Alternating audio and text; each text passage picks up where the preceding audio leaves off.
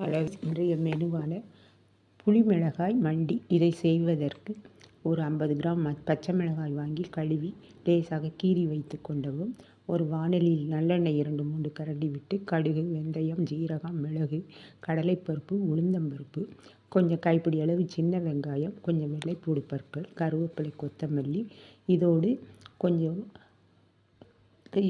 இவைகளோடு 2 தக்காளி இவைகளையும் சேர்த்து நன்றாக வதக்கவும். இது நன்றாக வதங்கியதும் எடுத்து வைத்த பச்சை மிளகாயும் போட்டு நன்கு வதக்கி, அரிசி கழுவிய தண்ணீரில் ஊற வைத்த எலுமிச்சை அளவு புளியை கரைத்து ஊற்றி மல்லித்தூள், மஞ்சத்தூள், உப்பு, பெருங்காயத்தூள் சேர்த்து நன்கு கொதிக்க விடவும்.